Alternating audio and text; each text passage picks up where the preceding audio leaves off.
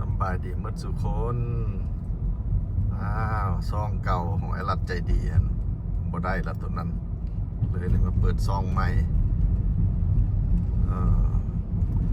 มือนี้แทนที่มันเทคแค่แม่ซุมือแต่ว่ามือนี้นี่แม่มูเอื้อยจะมาเทคแค่แม่ก็เลยได้แยกกับแม่มือนี้พอดีไอ้ตุ้ยจากกันฮาวายส่วนไปบ้านเกินเงินพี่น้องเราเห็ดบุญอยู่หันล่มงัวว่าสันกำลังเดินทางออกไปทางนี้แหละอันนี้มันเส้นทาง13เหนือสิลองลินไปตามภาษาสายโสดเนี่ยมาก็มาผู้เดียวมือนี้ลองไปตามภาษาสายโสดเนี่ยเอาติดตามน้ำกันว่าจะไปไซแน่มือนี้เส้นทางนี้มันเส้นลิงซันทางหลังเขาเลยมัน13เหนือแล้วเขาเลี้ยวขวามาทางลิงซันนี่เป็นมาประมาณ10กิโลไปทอดลิงซันนี่บนทางก็งามเขาจะไปข้ามบักเมื่อวานนี้ก็มาแล้วก็ติดใจ ธรรมศาสตร์วันที่ตุ้ยกับส่วนมาบ้านเกินเลยมือนี้ก็โอเคนี่ได้เส้นทางก็งาม10กิโลเส้นปูยางงามมัดเลยจำบักเลยคันเป็นรถต่ำกับมาได้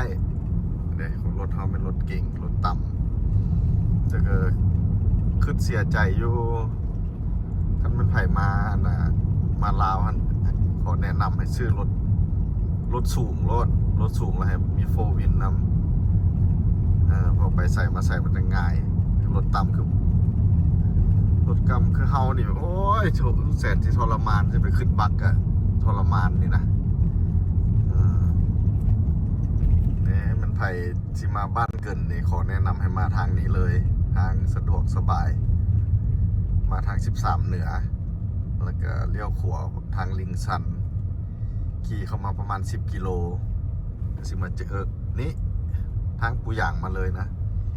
อันนี้คันเท่าเลี้ยวซ้ายนี่ก็จะเป็นบักทำอิฐไปบักที่2นี่ไปซื้อหรือว่าเลี้ยวขวานี่ก็ได้เขาสิเลี้ยวขวานี่เพราะว่าบักตัวที่2นี่มันสูงบักตัวทำอิฐเนี่ยมันต่ำตัวนี้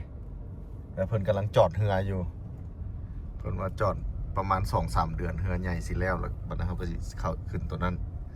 แนะนำให้มาทางนี้รถสิมาบ้านเกินคันอ้อมไปทางทางงอนแล้วมันไก่แล้วก็ทางกับบุดีคือทางนี้นี่นะตอนนี้นี่จะไปบักที่2เนี่ยขี่มาหน่อยหนึ่งขี่แลนซื้อมาเลยก็จะมาเจอบักตัวที่2นี่เมื่อวานนี้ก็มาเมื่อนี้ติดใจมาอีก ถึงจังว่าไอ้ตุ้ยฮาวายส่วนมาเนี่ยก็จะเฮ็ดบุญพอดีถึงจังว่าตุ้แม่กับโบวางตุ้แม่ไปน้ำมันหมู่เอื้อยมาครับตุ้แม่ไปเสริมสวยเฮ็ดความงามนี่ก็ประมาณนี้ใครอยากมาบ้านเกินมาฮอดไวทางดีแล้วมาทางนี้นี่รถเท่าไหร่30,000ค่าข้ามบักก็30,000กีบประมาณดอนครึ่งดอน50วิวงามเลยธรรมชาติบ้านเขาโอ้งามหลายมาย้ำใดกับเบื่อนะหรือว่าเป็นน้ำเขาหมักมีน้ำมีอย่างเฮือนมีครีมน้ำครีมอย่างบูฮู้ว่าผู้อื่นสิหมักคือเฮาบอเนี่ยนะมีเฮือนแล้วก็เฮือนมีครีมน้ำตัวนั้นกับรถผ่าเยอะมามื้อที่2บัดนี้เมื่อวานนี่ก็มาวันนี้นี่ผู้นี้ว่าปิดห้านแต่ว่านั่งเฝ้าอยู่มื้อนี้นำมาใหม่ ก็ขายปลาคาร์ฟมื้อ เนี่ยมาซื้อซอยดีดู สาวๆใครมาขามวะ มะขาม50ถุงนึงอ่ะแซ่บได้ มีให้ซิมบ่ มี ใส่มาขอซิมแน่สบายดีโอ้มื้อนี้โอ้ยมื้อนี้มามีหลายคนเนาะมื้อนี้ มื้อนี้วันศีลคนอยู่บ้านนะเบา แม่นว่ะ คนอยู่บ้านมื้อนี้ ใส่มาซิมมึงดูถง50หวะ ถุง50ซื้อซ้ำมา มาขอซิมแน่ เอา โอ้ยถึกเนาซ้ำนี่น่ะ บอก โอ้อันนี้นี่แหละคนว่าบุงพร้าวสาวงามอยู่นี้นี่ ข้าวเสาไง เขานำเขาเลยนำมาเบิ่งนั่นนี่ว่ามีแท้บ่บุงพร้าวสาวงาม มาเมื่อวานนี่ก็บ่เห็น มาตลาดได้ มื้อนี้มาใหม่ มาตะเวียงจันทน์ เนี่ยก็เคยมาอยู่ตีหมูข้าวเขาเคย มาบ่เคยเห็นสาวงามเดี๋ยวนี้ มันพวกผ่างามแล้ว เอานะเบา คนงามก็ตายหมดเลยพวกอันนั้นน่ะ มะขามธรรมชาติเฮาเด้อันเนี้ย ถามธรรมชาติ บ่ได้สียุกสียาหยัง ขอซิมมาก่อนอู้แซ่บอีหลี เอาวางไม่กิน ข้าว เลย ทำมะขามได้มาใส่ถุง30ถุงไปเอามานั่งขายถุง50 อืม แต่ว่ามันได้แกงแล้วมันก็บ่มียาอีก อืมแซ่บ อยู่ตลาดเขาบ่ได้แก่ได้ถืออันแม่นใจก็ยากเต็มก็ธรรมชาติ50ค่อยก็เอา ตู้ปิวซื้อไปให้ไผ่ ว่ามันอยากมีสมแน่เลย นี่แหละมะขามธรรมชาติเฮาว่ามันบ่คือมะขามใด มัน เด้ มีสม เพื่อว่ามันเขาจะปุยซะอย่างเดียมันหวาน นี่ว่าบุงพร้าวสาวงามมัน แม่น สาวอันนั้นน่ะ สาวเราเพิ่งหัวได้คนนั้นน่ะ แม่นว่ะ ดีครับผม โอ้ คนนึงนะ ใส่เบิ้งหน้าผู้สาวมึงนี่มาผู้สาววันเนี่ย สาวนี่สาว หาก็เห็นเนี่ยมาบุงพร้าวหาก็เห็น มะขามก็ขาย เยี่ยมแจ่มใส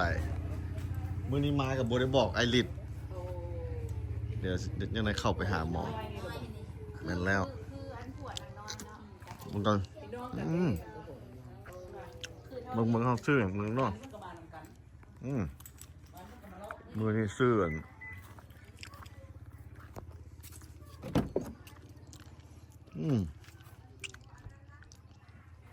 เซอร์ไพรส์ไอริดมือเนี่ย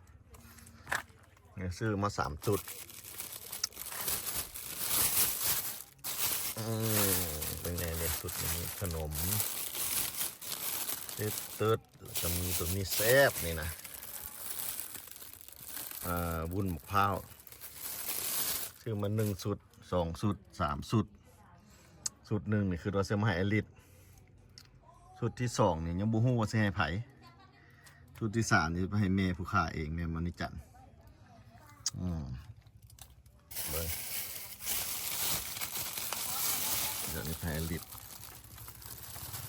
สะพายใส่ลิดก่อน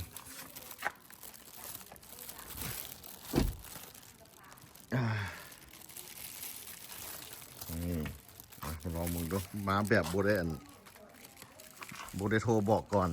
สบายดีบุ้งผ้าสาวงาม ไปดี โอ้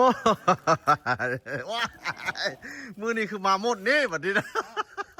ต่อมาขนาดต่อมา มาเซอร์ไพรส์เอาไปใส่มาสมาธิ โอ้ยไอ้ตุ้ยฮาวายสวนไปบ้านเกินแต่เจ้าล่มงัวพูดมาท่านกำลังซิออกไปพูดแหละแล้วมาแวะตัวหน่อยนึงผู้สาวแม่ฮะลูก2 คนอันเนี้ย ไผ่ไม่ไผ่ไม่ สา ให้ วคนนี้แหละ มาขาย ผู้กกคันได้15 ปีแล้วผู้กกค่ะผู้ลา เดียวกันนี่แหละ ปี หมู่ นี่ เดียว ผู้ กัน ลา นี่แหละ ตะขายเครื่องตลาด อันนี้กับผู้สาว สาวแม่ฮะอันนี้ สาวมือ2 สาวมือ2 มีจากลูก ได้ลูกเดียวเด็ก ใส่ ตุยเด็ก ตู้เย็นเด้ โอ้อุดมสมบูรณ์เนาะ สบายดีแม่สบายดีสบายดี อันนี้ลูกคนนี้ อันนี้ลูกผู้สาวลูกสาวเจ้า ลูกสาวไป ลูกสาวเจ้ากระห้าง มันเป็นจังไหนว่ามีแต่แม่ห้าง เขากินยาเนาะเอาของมาไว้เอง กินยา ป้าเขาเบิ่งนี่ กินยาอันนี้เขาปวดกินยาได้ลูก2 คน อยู่เวียงจันทน์กับมีแต่แม่ห้างเต็มอยู่หัน มันกินยาแล้วเขาอยู่นำบ่ได้ คิดว่ามันมีแต่อยู่พุ่นมาพี่ก็ยังมามีแม่ห้างอยู่พี่อีกบัดนี้ กินยาแล้วเขาบอกกินข้าวแล้วเนี่ย โอ้ ซื้อห้างกับร้านนี้เด้70 ล้านได้ถอกแล้วเด้ลูกสาวไปอ่ะ เบิ่งเด้อเขาวันผัวหันกินยาป่ะจะบอก ผัว ลิ้นยา ติดยามันเพราะว่าอย่างมัน ลิ้นยา กินยุ่งเงินหั่น อันสิปะกันนี่หวะ ปากกันแล้วเด็กกับลูกสาว บ่แม่นเว้าบาปเขาเจ้าตี้ปะกันแล้วไปเว้าชั่วให้เขาเจ้าบ่แม่นตี้ อ๋อกินยานี่แหละ กินแท้ซะบ่ กินแท้ ยังบ่เฮ็ดหยังมันได้ค่าปกติ อันนี้มันผู้สาวเนาะเอาบางเทื่อเป็นไผสนใจเธอมีคนสนใจเด้จะเอาวิดีโอล ข ง อบใจ ลูกสาวก็ให้ไปขายเครื่องตลาดเวียงจันทร์รุ่นเด็กคนรุ่นเดียวกัน นี่แหละ อันนี้ลูกสาวเพิ่นหั่น นี่ลูกสาวล่าเพิ่นอย่างเงี้ย สบายดีโอ้แต่แพงได้แล้วเนาะมันซอดคนจีนมาแล้วนี่สบายดีเพิ่นเด้ไหมลูก มีแต่แม่ใหม่อันนี้กับแม่ใหม่คือกัน ลูกหนึง ไม่ฮะ ไม่ห้าง แม่ห้าง อันนี้ก็กินยาอย่าง หัว หัว กิ เพิ่ น น ยา เดี๋ยวก่อนขั้นแม่ใหม่นี่มันผัวเสีย ผัวตาย ผัวตายเนาะเว้าพิษเนาะ แม่นั่นล่ะ เออ ปวดกินยาอันนี้ก็ได้ปะกัน บ่ได้เว้าบาปเขาเจ้าตี บ่ว่าจริง กินแท้ๆนี่ เท่ๆนี่แหละลูก คือว่าป้ากันสั่งเขาแล้วเว้า บ่ ทับถมเขาบ่แม่นเนาะ แปลว่ากันอยู่ห้องการบ้านบ้านนี้ได้ค่อยเสียเขามัน70 ล้านแล้วก็แล้วกันเลย เอ้าลูกเจ้ากับลูกเจ้าหรอ ลูกสาวค่อย โอ้ สิเคยได้เสียเขาหันเงินเขาปรุงนำกันเด้ สรุปอยู่เวียงจันทน์ห้างบักหลายมาพี่ก็ยังมาห้างอยู่พี่อีก มาพี่กะห้างคือกัน พี่ก็ห้างคือกันสองแล้วตัวนี้เห็นอยู่นี่นะ สองอะไรยังเว้นแล้วยังหลายกว่านั้น ยังมีอีกว่ะติโท ไอ้ไม้ก็มีแม่ห้างก็มี เอามาขามคือได้ไข่ไวแถมสิยาง มันแซ่บกันอย่างว่าประมาณ สองโถงเมื่อกี้สิยางมาเอาไปล่ะ เอาส่งหง ตาย ดูมักไปดูเฮาบ่าย ไอ้ฟางยางไปเมื่อกี้ยางกลับมาเมิด มันทำมาสะดีบ่ฮาได้เสร็จ บ่ได้ใส่ปุ๋ยใส่ยา แล้วเขาก็บ่ได้ฉีดยา พระเจ้าเรามา ธรรมชาติ โอ้ก็คือ นี่มีไม่ยา คันเป็นผู้ใดไวผู้นั้นได้เนาะปั๊บ นั้นได้ เด้เมื่อวานนี้มานี่ห้านเพิ่นปิดว่าซั่นใส่กุญแจไว้ล็อกไว้อย่างดีเมื่อวานนี้เด้เพิ่นล็อกกุญแจไว้มื้อนี้เปิดห้านเป็นทางการวะเนี่ยโอ้เปิดห้านเป็นทางการบัญชีก็อยู่นี่แม่นบ่อยู่ครบนี่หมดบัญชีเงินเนี่ยเข้าถุงนี่นี่ มันยกหัวไหลนายแค่ ดีเปิดเป็นทางการนี่ตลาดนัดเราตลาด เมื่อกี้มันน้ำไข่มาแล้ว ตลาดน้อยเรานี่เด้นี่ธรรมศาสตร์บ้านเฮานี่เด้อบ้านบุงพร้าวเด้อนี่น่ะบ้านบุงพร้าวสาวงามไอริดนี่มันเป็นเขยอยู่นี้นี่ไอริดมันเป็นเขยอยู่บุงพร้าวเขาก็ลองนำมาเบิ่งบางเทื่อเขามาเป็นเขยบุงพร้าวแต่ยังบ่เห็นสาวงามเธอเดี๋ยวนี้นะ สาวงามเขาเข้าเออหลาย แต่ผู้นี้นี่งามตอนเป็นสาวคือสิงามนี่ผู้นี้นี่แม่นบ่ ลูก5แล้วค่ะ แต่นั่นแหละตอนเราเป็นสาวเราต้องงามแหละผู้นี้ แม่เจ้าเอา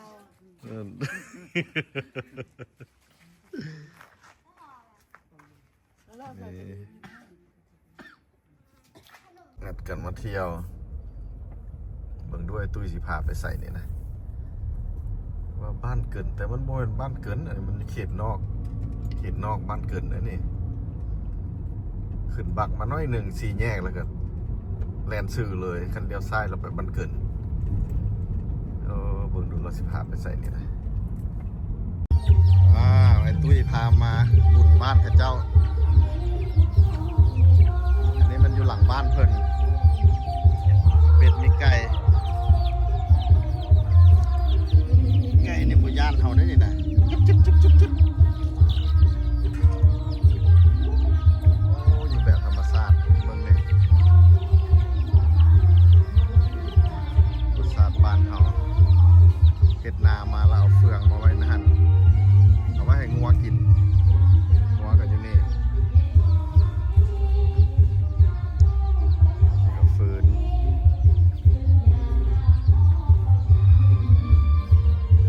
ศาสตร์บ้านเขา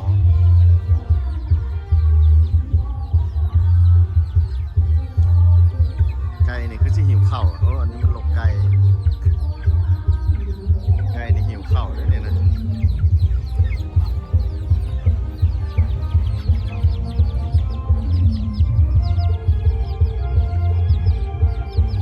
หิวข้าวพอ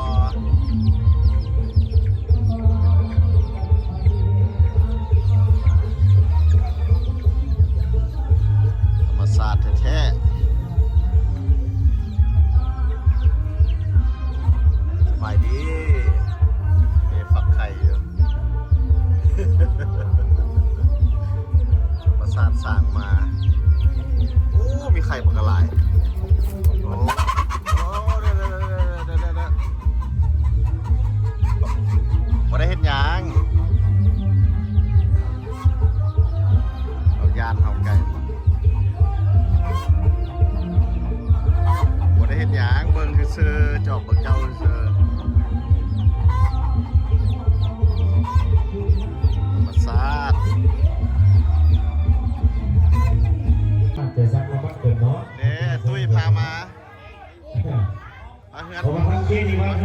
ปล่อยการเพิ่มเงินไปทีแล้วกันเด้อนี่เส้นทางปรับพูดนั้นแล้วกันเด้อตรงเลยขนาดอะไรเนาะทำปรับพูดเด้อแล้วก็อาหารเสียบเด้อ เจ้าภาพ ทางอาหารเสียบมันเกินเขาเนาะทางเขาไปสั่งมา เออ เดี๋ยวปรับพูดเด้อ มาทำไมตุ้ยไอ้ตุ้ยพาเที่ยวพา จริง มา มา เล เด้ ย วันดีลูกดีใจครับว่า 360 องศา สิทธิลงกระพังปอกคนดีกันเนาะเอาไปเส้นมาเก็บประธานเนาะ บ่ได้อยู่บ้านเกินแต่มันอยู่ซานบ้านพี่นะออกมาไก่เติมเลย เนาะมาเส้นโอนซื้อเนาะ อยากมาทางเวียงจันทน์พี่นี่บอลเขาอยู่นี่นะขนาดมาทางงอนเลยดี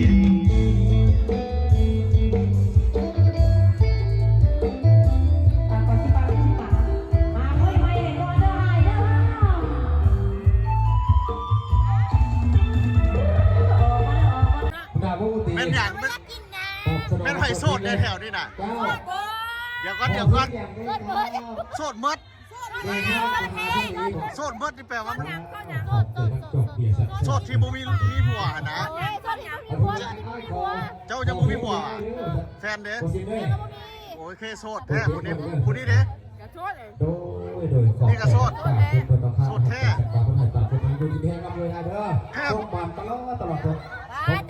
เจ้าเด้เจ้าก็โสดเหมือนกันโสดมดหวะโสดแท้เจอกันที่ห้องอาหารหันแต่สมาพ่อแม่พี่น้องมาเบิ่งด้วยกันมันซีแมนมาถามใครๆก็โสดมดนี่นะโอ้ไอ้มีสิทธิ์เลือกได้หวะโอ้เอาเป็นแท็กส่ง มีสิทธิ์เลือกได้มาสัตว์ สีพอดี คุณมาเลือกได้ ได้ห้างมหาเสน่ห์ก่อนพนักตีเปิดไผ่ด้วยโอ้ขอบใจท่านน้องสะอาดสายเป้เด้อ ใครสนใจเพิ่นมาเพิ่นโสด สาวลาวงามหลายคนมาคว้างเพลงเอาบอกไปพิเศษ 3 4โสดมด4 คน น้องมา4 คนเดี๋ยวไม่เห็นนะ โอ้โสดแท้ๆโสดแท้ๆสมองโสดมด เท่อีหลีเลยนะสดยังบ่สดหมดเลย โอ้เห็นบอกถามเป็นไผ่ก็ว่าโสดอันนั้นก็ไอ้เฮามาจะต่างประเทศไอ้เฮาเจ้าภาพด้วยเจ้าภาพมาจะต่างประเทศแล้วอยู่สารจอด เมียอยู่นี่ในบ้านเมียเพิ่นได้นี่ บ่ เขาอยู่บ้านอย่างนี้ บ้านนาแย่ เอ้า ฮะ นาแย่ น้าแย่ ไอ้แซนก็เมื่อเรา อยู่แถวไหน จอนเก็บกำข้อมูลทางนาลองนาแย่นาเวิร์นนาแก้วไปสิละ อยู่แถวกายทางงอนขึ้นมาพี่น้อง ได้รับไก่ทั้งอ้อลงมานาแพ อ้าวเพลงขึ้นมาหน่อยหนึ่งคอปปี้ไรท์เขาก็ขึ้นมาคือกันโลด โอ้บ่ธรรมดาอันนี่ AI นี่เก่งหลายขนาดว่าพอแต่เพลงขึ้นมาหน่อยเดียวนึงก็ยังเงินเข็ดคอปปี้ไรท์ขึ้นมาเลยนี่นะผมก็เลยได้อันเอาเสียงออกซะ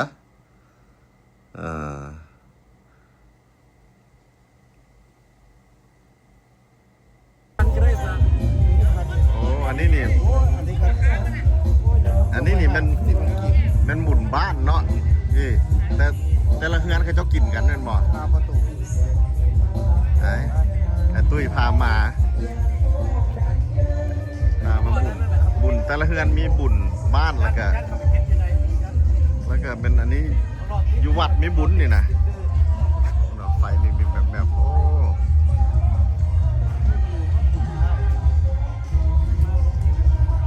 ว้าวลองสิเข้าไปเบิ่งดูว่าเป็นจังใดพอจะเข้ามาในวัดก็มีลิ้นกุ้งไก่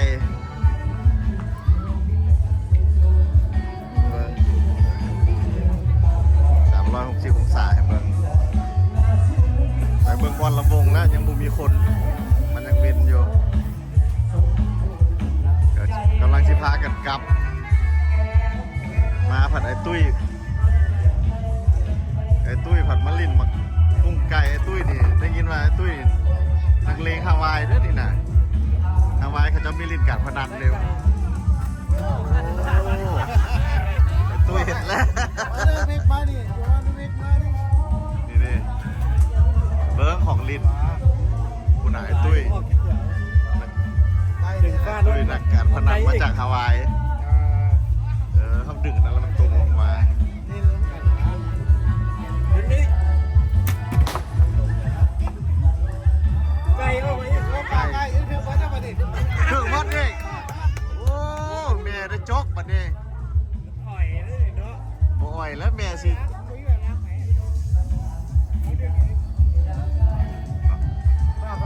เอาการพนันเป็นสิ่งที่บ่ดี บ่แนะนำให้คนเล่นการพนัน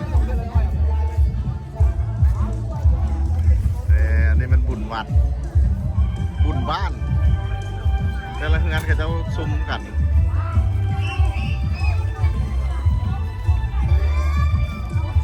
ธรรมชาติบ้านเขายังลงเรืออยู่